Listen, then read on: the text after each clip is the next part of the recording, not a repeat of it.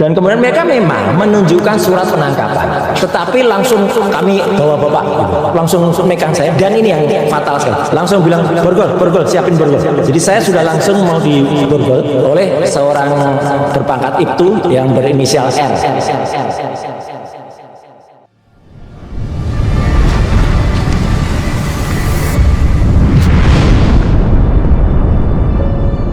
Hari itu, Jumat pagi itu, saya memang baru saja malamnya baru saya pulang ya dengan rombongan yang sama sebenarnya ya gitu, kecuali Mas Gafur waktu itu nggak ikut. Betul, ikut Ya. Jadi saya pulang sampai rumah kira-kira jam 2 dini hari, kemudian tertidur di kursi, kemudian terbangun lagi ketika azan subuh, dan kemudian sholat. Nah, makanya saya pakai baju itu baju untuk sholat juga gitu ya. Jadi ada baju merah marun itu lengan pendek itu, kemudian pakai celana jeans tapi jeans santai, jeans di rumah. Dan tiba-tiba jam 7 pagi itu rame gitu, gludak bel pintu berbunyi.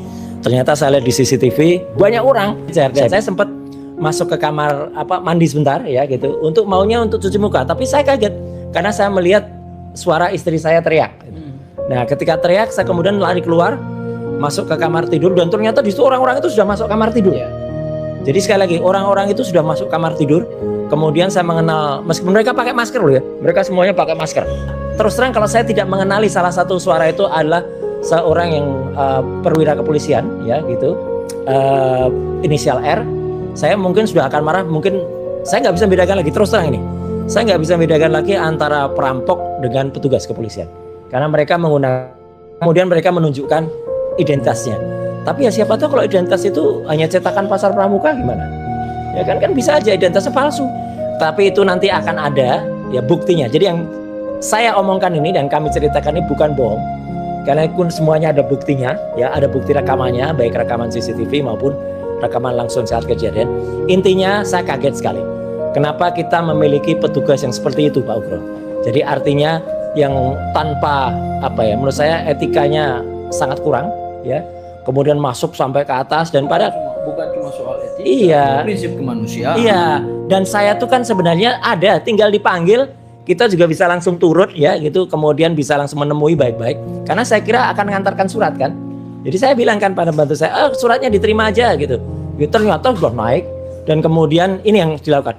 Masuk kamar tidur, dan alhamdulillahnya istri saya karena habis sholat juga tadinya itu masih menggunakan celana 3/4 ya, kan dia pakai rukuk gitu, tapi kemudian udah buka kan ada celana 3/4, kemudian pakai kaos ya gitu, dan saya masih menggunakan jeans, kemudian masih menggunakan baju yang tadi juga saya pakai sholat gitu. Dan kemudian setelah itu kaget karena masuk kamar, dan kemudian mereka memang menunjukkan surat penangkapan, tetapi langsung kami bawa bapak gitu.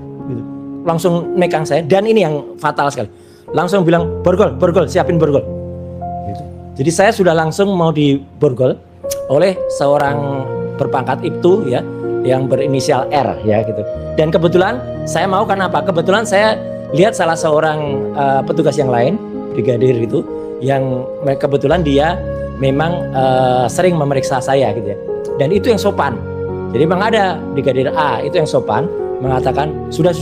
Dia menasehati, sudah sama saya aja gitu. Nah, akhirnya saya ikut dia. Itulah yang bikin saya percaya. Tapi fatalnya, setelah kemudian istri saya juga menelpon salah satu lawyer ya di antara kita, lawyer itu bilang tunggu saya gitu. Mereka tidak mau menunggu dan bahkan tidak mau bicara dengan lawyer itu. Padahal kan sudah mau di video call gini, malah dibalik-balik terus kameranya. Jadi dia wajahnya nggak mau kelihatan. Terus setelah itu saya bilang, saya ganti celana dulu karena ini celana rumah. Udah nggak usah ganti. Tidak diperbolehkan ganti. Ada kata-kata itu. Terus saya lewat gitu, akhirnya saya mau ngambil sepatu, ternyata saya mau buka bibet, nggak mungkin kan banyak sekali orang. Kemudian baru saya ambil sepatu, kebetulan memang sepatu yang ini kebetulan sepatunya yang ada di luar karena dipakai semalam itu. Kemudian saya dibawa turun ya, kemudian langsung dimasukkan mobil dan jalan. Udah peristiwanya gitu.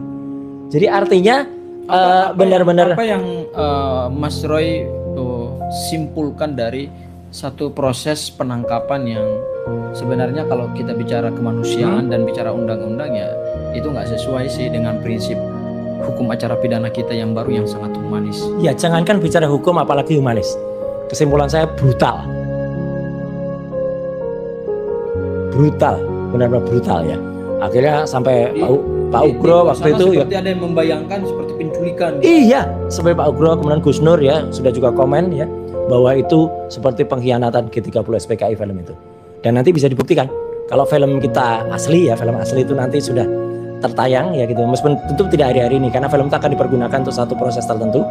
Itu sudah tayang, teman-teman bisa membayangkan ya baik di channel RH, Roy Suryo Official, Abdul Ghafur Sangaji Official, Langkah Update dan juga tentu Ugro Seno Tribrata yang merekam acara ini itu akan bisa membuktikan peristiwa yang terjadi.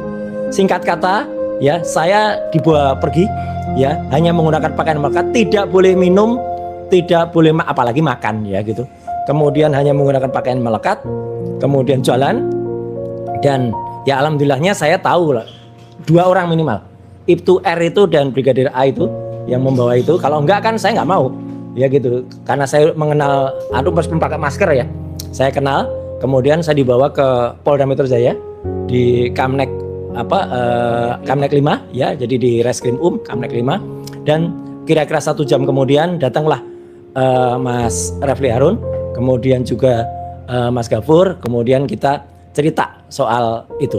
Dan makanya saya kemudian tidak mau menandatangani surat penangkapan dan surat penahanan karena saya merasa saya tidak ditangkap dengan patut dan layak dan saya tidak ditahan dengan benar. Karena apa? Terus terang ini ada yang lupa saya ceritakan Bapak-bapak semuanya. Saya tuh hari-hari itu tuh sebenarnya menunggu-nunggu. Benar. Dalam hati kecil saya menunggu. Karena apa? Kita kan sudah mengenal sebelum ini kita bicara tentang P21 yang tanggal 2 Juni. Yang konon itu sudah diceritakan oleh Dirkrim tanggal 2 Juni. Tapi saya hitung kan 2 Juni setelah tanggal 16 Juni itu kok nggak ada surat gitu. Padahal kan harusnya H+14 itu harus ada. Mulai dari Senin, Selasa libur, Rabu, kemudian juga Kamis nggak ada surat. Jumat itu ketika datang, saya pikir oh ini surat. Kemungkinan untuk panggilan hari Jumatnya kan itu, untuk panggilan hari Senin. Bayangan saya begitu. Tidak kemudian tiba-tiba tanpa sesuatu yang patut dan layak tiba-tiba saya diambil. Nah, jadi intinya begitu yang saya ceritakan. Tentu nanti akan banyak cerita lain, tapi untuk supaya tidak kemudian terlalu fokus ke cerita hari Jumat pagi itu, ya. Kemudian nanti masih ada drama yang lain, drama ketika dibawa ke rumah sakit, kemudian drama malam hari ketika dari rumah sakit itu tiba-tiba mau dibawa balik ke Polda Metro Jaya, ya, padahal dalam kondisi belum sehat, ya. Kemudian drama lagi ketika dari rumah sakit itu tadinya mau masuk lagi ke Polda Metro, tapi kemudian alhamdulillahnya macet. Sehingga hanya sebentar di Polda Metro, kemudian berangkat ke kantor kejaksaan.